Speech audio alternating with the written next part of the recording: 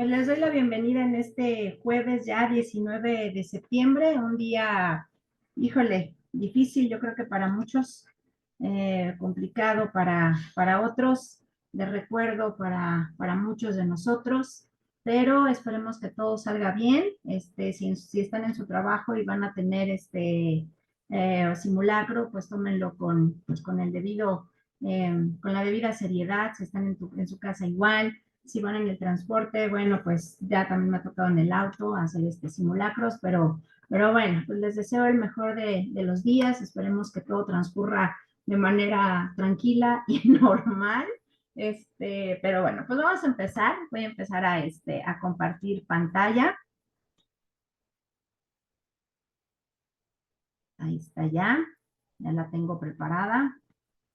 Bueno, pues vamos a empezar con este nuevo módulo. Todavía no me acostumbro, siempre digo unidad, pero bueno, es un nuevo módulo, el módulo número 2. Se llama, es muy importante, sí necesito que pongan toda la atención necesaria. Si tienen preguntas, dudas, comentarios, lo hagan, porque este módulo que se llama las ciencias sociales como campo de conocimiento, en la primera parte vamos a ver, lo dividí en dos. Vamos a ver la primera parte a estos cuatro, aquí tengo cuatro pensadores teóricos en las ciencias sociales, pero a uno no lo vamos a ver, es Adam Smith. Este señor que está aquí, Adam Smith, es un reconocido economista. De hecho él escribió un libro muy importante que todos los economistas y los que estudian administración, pues de alguna manera lo leen, pero más los economistas. Los de administración pueden ahí más o menos leer, pero los de economía tienen que leer el libro de Adam Smith, que es así como su Biblia. Y en el caso de nosotros, de las ciencias sociales, pues tenemos a los cuatro teóricos aquí restantes, que yo creo que sí conocen alguno de ellos, o por lo menos al que voy a nombrar, que es Carlos Marx, un alemán, Comte, francés, Weber es alemán, y Durkheim, que es francés. Cada uno de ellos tiene vidas bastante interesantes y un contexto que les toca vivir también muy importante en cada uno en su época. Y les voy a contar un poco del contexto en el que vive cada uno, porque así va a ser más sencillo que nosotros podamos conocer parte de sus teorías y por qué escribieron así y qué escribieron, ¿no? En el contexto político, social e histórico que le tocó a cada uno. Y bueno, como siempre, pues vamos a empezar con el propósito del módulo, que esto, bueno, ya lo tenemos bien estudiado o leído. No se nos olvide el incidente crítico, que es muy importante, que habla sobre la cooperación internacional y tiene mucho que ver con las ciencias sociales. Y también el problema prototípico, que también es muy importante que ustedes lo tomen en cuenta, porque ahora en una de las actividades, que es el foro de aprendizaje, pues lo van a tener que tomar en cuenta estos dos para hacer su trabajo. Y bueno, pues vamos a empezar con el primer tema, que es la construcción histórica de las ciencias sociales. Y tenemos aquí una pintura de Émile Lacroix, que lo pintó en 1930 y está expuesto esta pintura en el Museo del Louvre, que ocupa una buena parte del muro donde se encuentra en una de las salas del Museo del Louvre. Es un cuadro bastante grande, no sé cuánto mide, pero es bastante grande. Y bueno, pues es la libertad guiando al pueblo francés hacia la toma de la Bastilla, a tomar las armas para quitar completamente al rey de Francia, y llevarlo detenido, ¿no? ¿Y por qué lo pongo aquí? Bueno, pues porque la Revolución Francesa, que fue en 1789, da pie a un nuevo inicio en las ciencias sociales. Desde su aparición, aquí dice, las ciencias sociales son ciencias, y ya lo habíamos trabajado en el módulo anterior, en el módulo 1, en donde dijimos que las ciencias sociales sí son parte de las ciencias. Así se trabaja con el método empírico y científico, y cómo se trabaja en las ciencias sociales. Pero bueno, aquí lo quise recordar, y desde su aparición la fundamentación de las ciencias sociales han sido causa de discusión. ¿Por qué? Porque no había teóricos que se pusieran de acuerdo en que sí se trabajaba con un método o no. Aunque lo social ha existido desde las primeras formas de organización humana, se reflexiona con mayor profundidad sobre las ciencias sociales cuando, luego de la Revolución Francesa, las personas tuvieron necesidad de reorganizarse y entonces se dieron cuenta que había un gran desconocimiento sobre estos temas sociales. ¿Por qué? Porque cuando termina la Revolución Francesa, o sea, después de la toma de la Bastilla, después de que guillotinan ¿cómo se llama? A Luis XVI, después de que guillotinan a esta María Antonieta, después de que pasa esta época de terror, que se la pasan un año completo guillotinando a todos los que están en contra de la nueva forma de gobierno en Francia, eh, se dan cuenta de que no saben cómo reorganizar esta sociedad.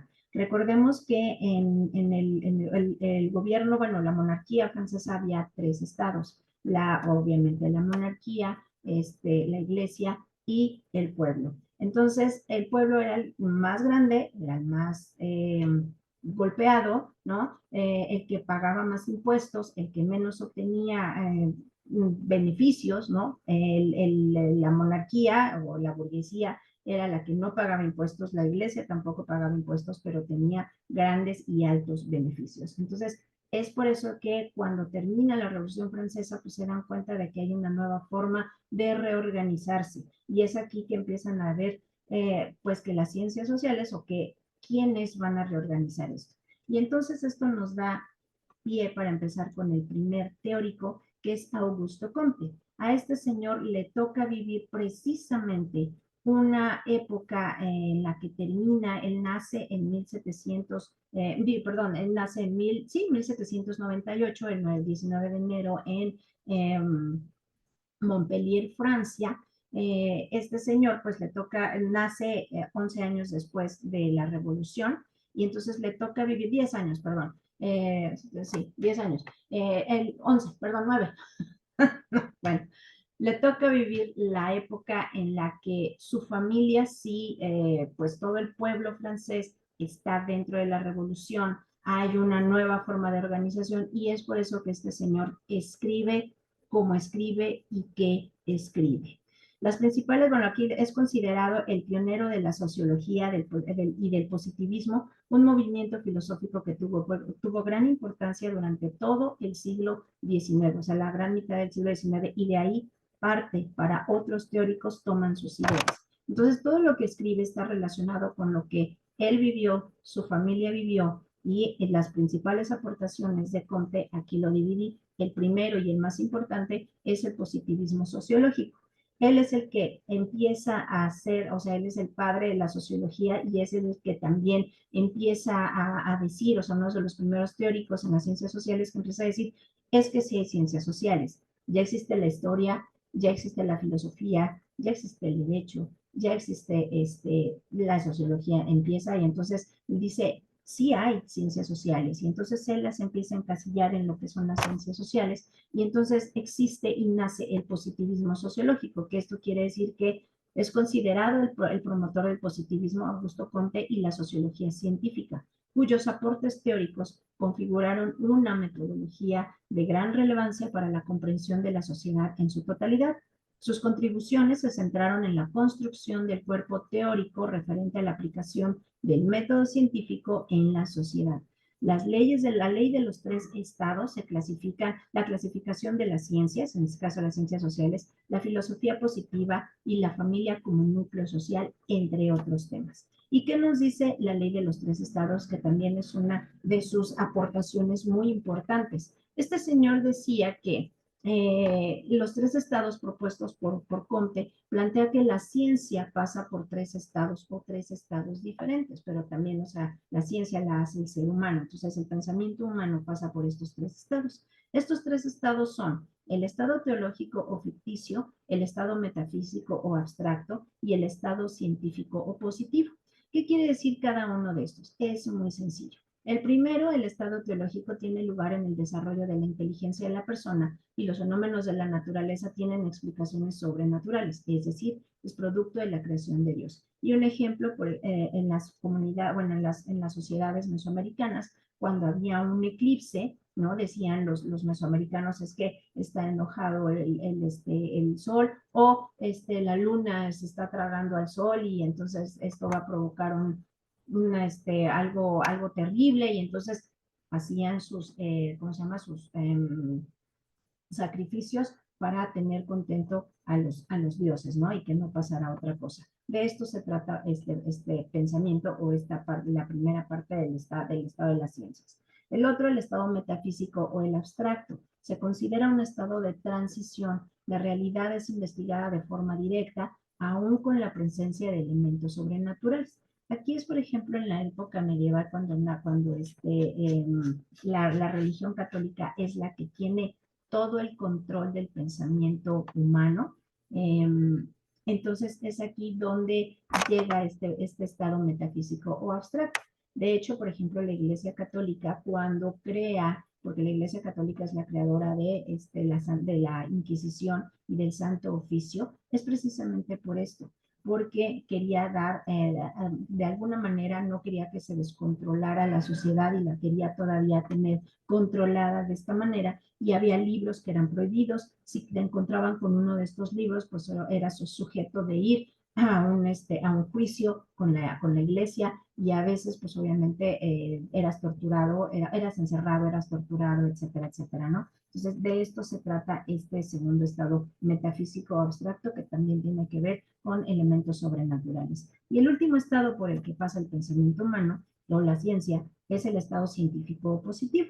Este es considerado como un estado definitivo. Los hechos se explican mediante el método científico válido para la comprensión de los fenómenos sociales. Ahora, por ejemplo, ahorita que estamos hablando de que hoy es un día pues significativo para todos nosotros, nos espantamos de todavía, aunque sabemos que sucede en un temblor o en un terremoto, que se mueven las placas tectónicas, de todas maneras no deja de darte miedo, pero ya sabemos qué es lo que pasa, ¿no? A pesar de eso, pues todavía existe porque no sabemos qué vaya a pasar, de qué magnitud, en qué momento vaya a pasar, etcétera, etcétera, ¿no? Pero sabemos qué es lo que pasa. Bueno, ¿dudas hasta aquí? Nada, todo súper bien. Bueno, ok, vamos a continuar con otro francés, este señor Emilio Durkheim, que a él el contexto social en el que le toca vivir, él nace también en Francia el 15 de abril de 1858 en Epinal, Francia. Es hijo de Melanie y de Moisés Durkheim. Él pertenece a una familia judía. Se crió en el seno de una familia judía, hijo y nieto de rabinos judíos. Se gradúa en la École Normale Supérieure de París en 1882. Trabajó como profesor de Derecho y de Filosofía. En 1887 comienza a enseñar sociología primero en la Universidad de Burdeos y después en la Universidad de París, y su metodología propuesta combina la investigación empírica con la teoría sociológica. La investigación empírica dentro de la sociología, a nosotros yo soy socióloga, nos tachan mucho de ser como los chismositos de las ciencias sociales. ¿Por qué? Porque nosotros nos basamos mucho en la observación del conocimiento para poder conocer el comportamiento del ser humano, pero en sociedad, ¿sale? Entonces, ocupamos mucho esta parte de la investigación empírica, que es la observación, y la experimentación también hacemos eso. Las ideas principales de Durkheim sostenían que los métodos científicos debían aplicarse al estudio de la sociedad, y creía que los grupos sociales presentaban características que iban más allá o eran diferentes a la suma de características o conductas de los individuos. Lo que yo les explicaba, por ejemplo, ahorita, cuando tomamos como muy a la ligera cuando decían, ay, vamos a tener un simulacro, y ya hemos tenido tantos que decimos, pero ya cuando sucede algo tremendo, entonces sí ya nos acordamos de inmediato y decimos, ok, tenemos que actuar de la manera en la que sé actuar, ¿no? Entonces no lo tenemos así como que, ay, no, ya lo tomamos, no, ya no lo tomamos a la ligera. Entonces las conductas de los individuos son diferentes en diferentes momentos. Explicaba el desarrollo de la sociedad en tres factores importantes, y esto es lo que también les voy a explicar. La densidad de población, el desarrollo de las vías de comunicación y la conciencia colectiva. Para nosotros podemos decir el desarrollo de las vías de comunicación, que tiene que ver mucho. En el tiempo que le tocó vivir a Emilio Durkheim en 1958, que nace, en algunos lugares, sobre todo en Europa, en las grandes ciudades, empezaban a tener vías de comunicación más grandes, ¿no? Los ferrocarriles, las vías de comunicación iban a ser más grandes, ya no era el trenecito que te llevaba de un pueblito a otro, sino ya te conectaba de ciudad a ciudad. Entonces las ciudades empezaron a crecer y obviamente esta densidad de población cambia la moda, el modo de ser de las personas. Ya no son los mismos que llegaron del campo a la ciudad, ya no son los mismos. Las características de la propia ciudad te envuelven para hacer tu vida cotidiana de diferente manera, ¿no? Bueno, y la conciencia colectiva en donde vives. Si nosotros recordamos y vemos alguna película de estos años, recreadas en estos años, pues vamos a ver muchas cosas que nosotros no vivimos. Por ejemplo, en Europa, sobre todo en Irlanda, hay un libro que les recomiendo mucho, se los voy a escribir aquí en el chatcito, si lo pueden leer, es un libro como para adolescentes, pero tiene que ver con esto que estamos hablando, se llama Bajo el Espino. Es un libro pequeño, a ver si ahorita lo puedo buscar. Bajo el Espino es del Fondo de Cultura Económica de la colección A la orilla del viento. Ahí se los voy a escribir para que quede ahí, y si quieren leerlo, léanlo. Yo creo que este libro cuesta alrededor de 50, 60 pesos, no cuesta más, y habla de una problemática muy grave que hubo en Irlanda en estos años, de una sequía. Para los irlandeses el alimento principal en aquella época era la papa, y entonces no encontraban papa, en este libro no habla, no había comida. Entonces es la historia de una familia que se dispersa y se divide porque el papá se va a buscar trabajo, no hay trabajo en el campo, entonces se va a buscar trabajo haciendo vías férreas, y deja a su esposa, que está embarazada, y deja a sus hijos pequeños. La esposa tiene el niño, pero como no hay que comer, el niño muere de hambre, el recién nacido muere de hambre, y entonces entierran a ese pequeñito bajo un árbol que se llama, es un espino, es un árbol.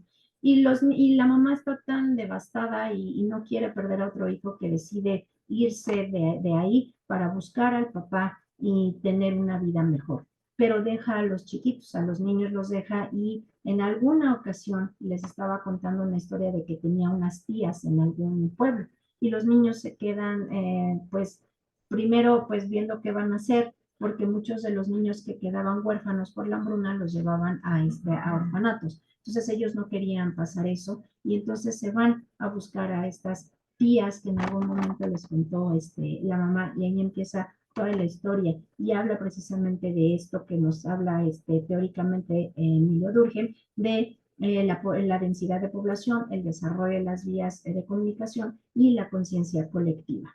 También estudió la base de la estabilidad social, es decir, los valores compartidos por una sociedad, como la moralidad y la religión. ¿Y por qué escribe de esto? Porque él viene de una familia de rabinos, él viene de una familia judía, y ellos son los judíos, pues ustedes saben que tienen sus raíces y su religión muy arraigadas, entonces no se mezclan con personas que no sean de su misma religión. Entonces, él escribe precisamente sobre la moralidad y la religión porque es algo que le toca vivir. Explicó también, es un documento muy importante que tiene Emilio Durkheim, explica el fenómeno del suicidio como resultado de una falta de integración del individuo en la sociedad. Analizó esta correlación en su obra El suicidio, un estudio sociológico en 1897. ¿De qué habla este libro? Pues habla precisamente de, nosotros sabemos que quien trabaja temas de suicidio, pues nos viene a la mente un psicólogo. Sin embargo, Emilio Durkheim no lo ve de esta manera. Él dice, a ver, un individuo que le falta integrarse a la sociedad puede llegar a suicidarse. ¿Pero por qué? Porque la sociedad ya no te ofrece nada, y entonces tú no encuentras cómo encajar en ella, y entonces decides mejor terminar con tu vida. Un ejemplo claro, más o menos en los años 90, ya finales del siglo XX, En Japón hubo una crisis económica grande que se le llamó, bueno, le decían el efecto Godzilla, en donde mucha gente pierde su trabajo.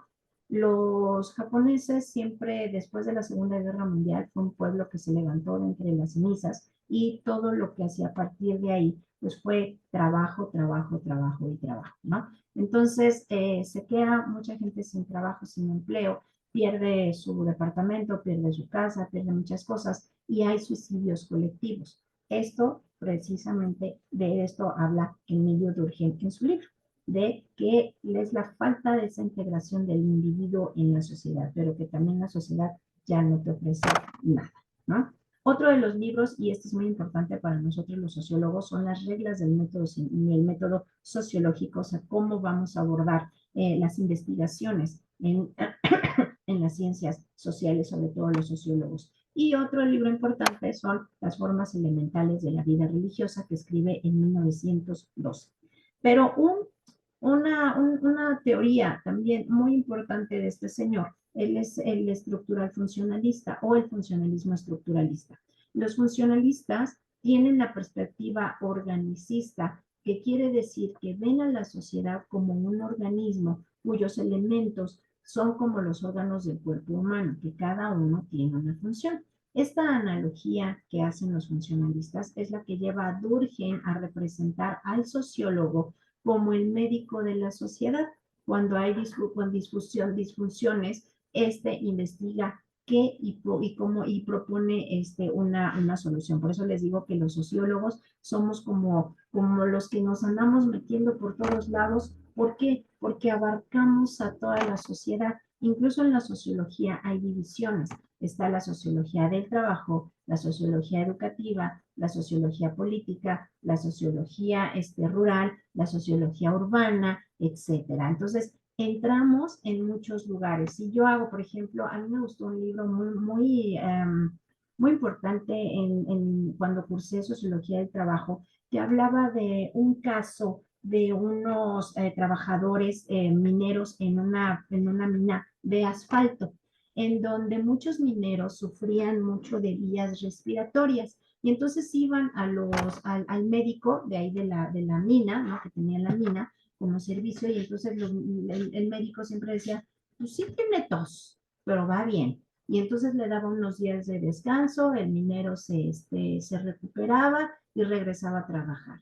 Y entonces el estudio que hacen sobre este tema es que el médico que trabaja, porque mucha gente se empieza a enfermar, ya necesitan oxígeno y demás, el médico que trabaja ahí, por orden del dueño de la mina, siempre les da nada más así medicamento así de chochitos para que no te sientas mal, cualquier cosa, vete a descansar. Sin embargo, cuando salían a otro médico, a un médico particular, pues era donde se daban cuenta que los pulmones ya no les funcionaban, que su vida corría grandes riesgos si seguía en la mina no de asfalto, no me acuerdo que asfalto no, es otro elemento, sacaban con lo que hacen, como yeso, o sea, algo así, no recuerdo muy bien.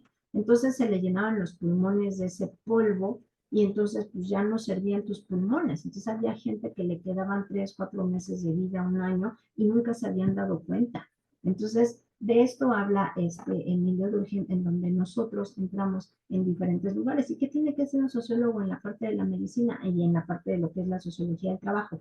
Bueno, pues obviamente nosotros como sociólogos entramos en esto para darle una solución, no al dueño de la mina, no al médico y no a los trabajadores, sino en conjunto. ¿Qué se puede hacer? Pues traer un médico que si te diga la realidad, decirle al dueño de la mina, pues, o sea, si la persona está enferma, pues tienes que darle los elementos para que esta persona ya en cualquier momento pues se tenga que retirar y tú tienes que pagarle una indemnización porque está trabajando para ti, las ganancias son tuyas. Entonces ahí entramos los sociólogos, ¿no? Y ejemplos como estos les puedo poner en sociología urbana, en sociología rural, etcétera, etcétera.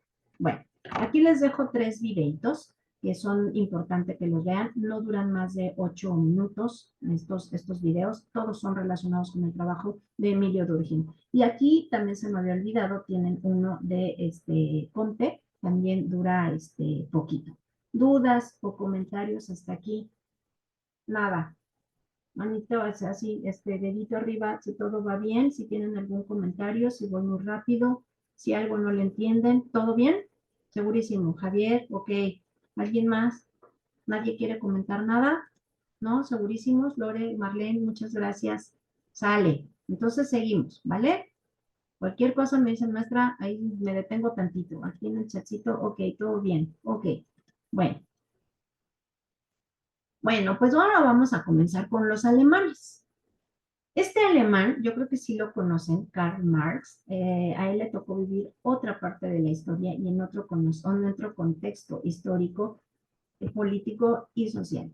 El marxismo, porque él crea la teoría del marxismo, es la doctrina de interpretación de la realidad propuesta en el siglo XIX por Carlos Marx o Karl Marx. Él nace en 1818, muere en 1883, es un filósofo, sociólogo, economista, periodista alemán, pero también estudió Derecho. De hecho, su papá era abogado y su abuelo era médico y al papá no le agradaba mucho que fuera filósofo, sociólogo, economista, decían, no, no, no, no, no, ¿eso qué? O sea, dedícate a algo que realmente te deje.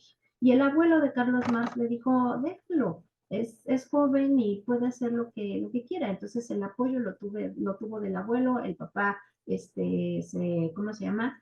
Se hace, digamos, como a un lado, también pertenece a una familia judía, tiene obviamente dinero, o sea, una persona que tenga que decir es que tengo que trabajar para pagar mis estudios, no, no, no, no, o sea, la familia de Carlos Marx pues venía de una familia adinerada.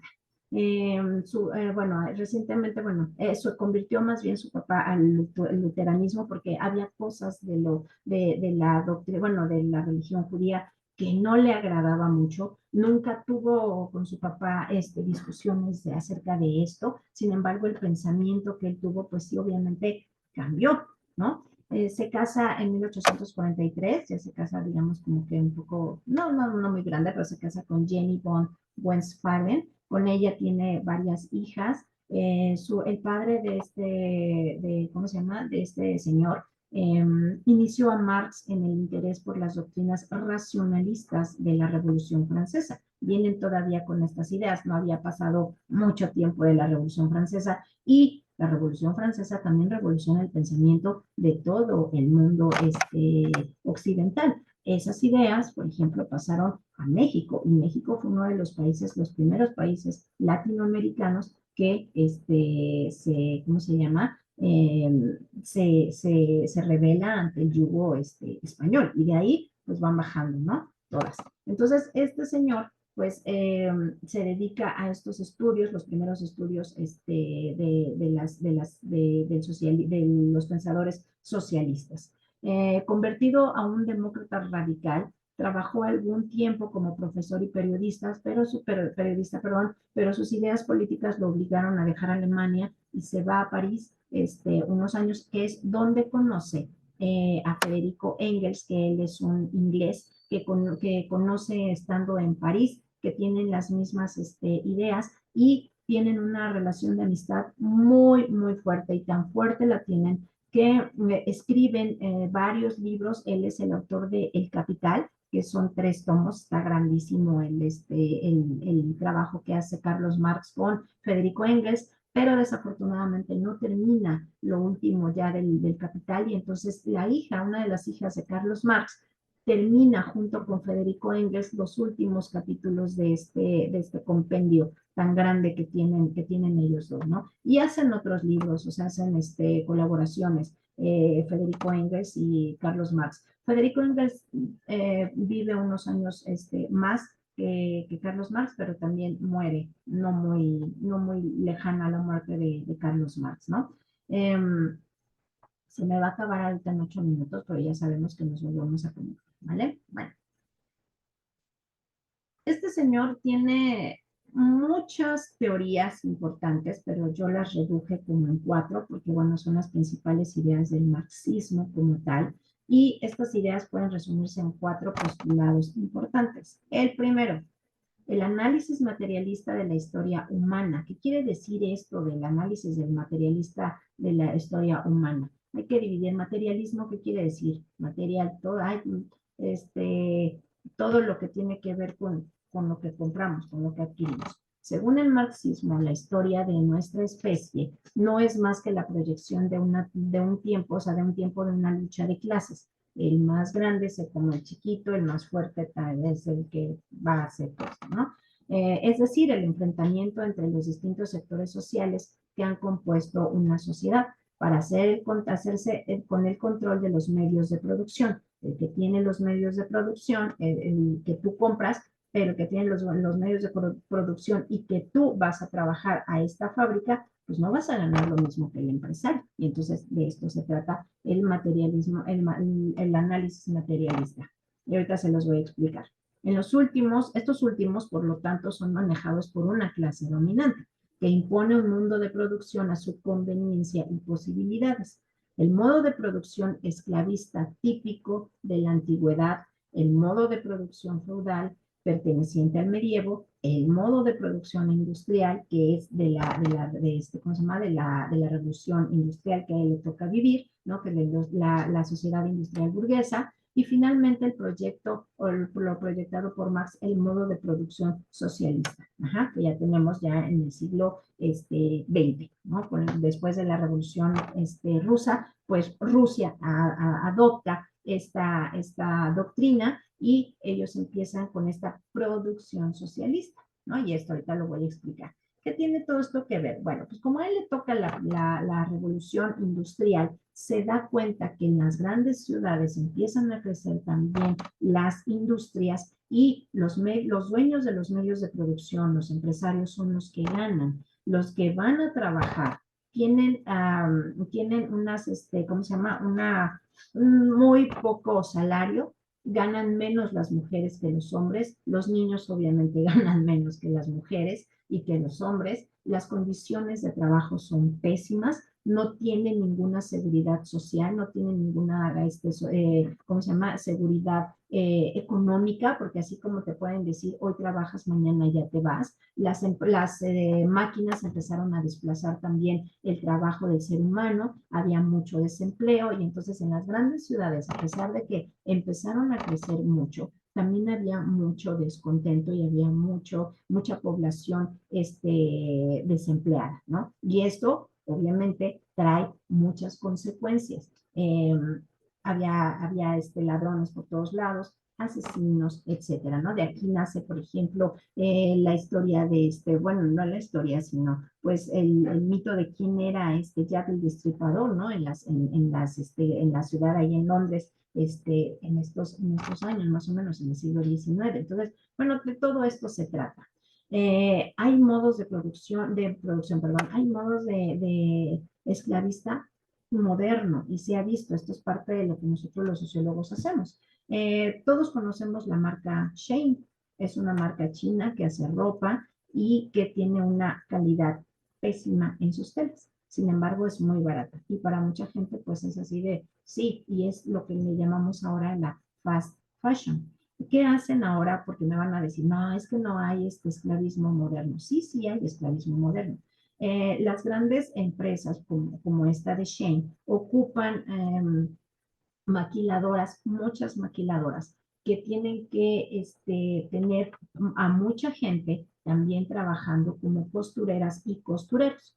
Como no les pueden pagar, porque además es muy poco, es mucha la producción, porque no nada más en México se vende Shea, sino se vende en todo el mundo. Entonces debe de tener una población de trabajadores muy alta, pero las condiciones en las que trabajan son pésimas, no tienen condiciones de trabajo.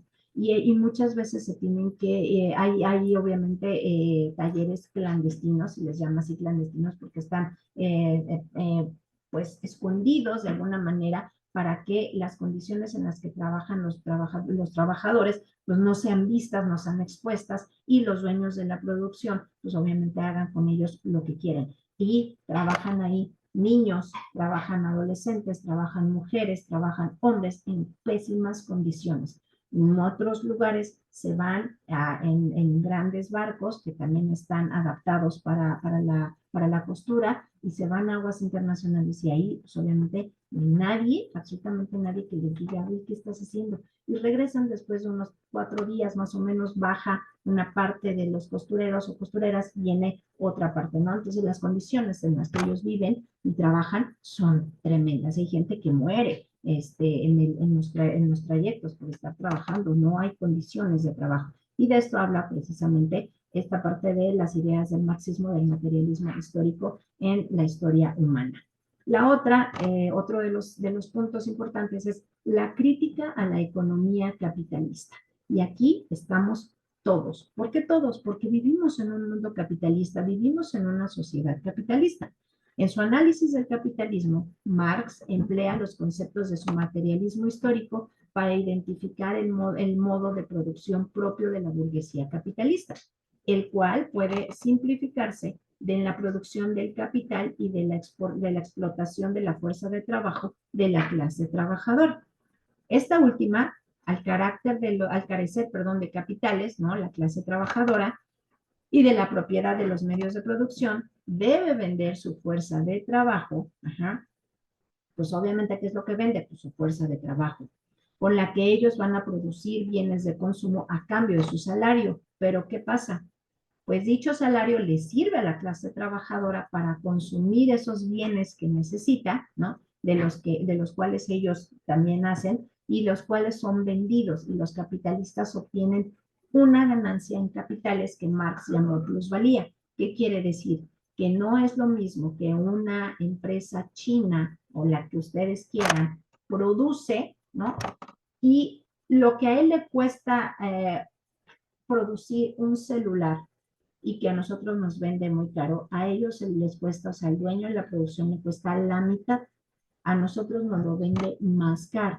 Esa parte, esa ganancia se le llama plusvalía, ¿sale?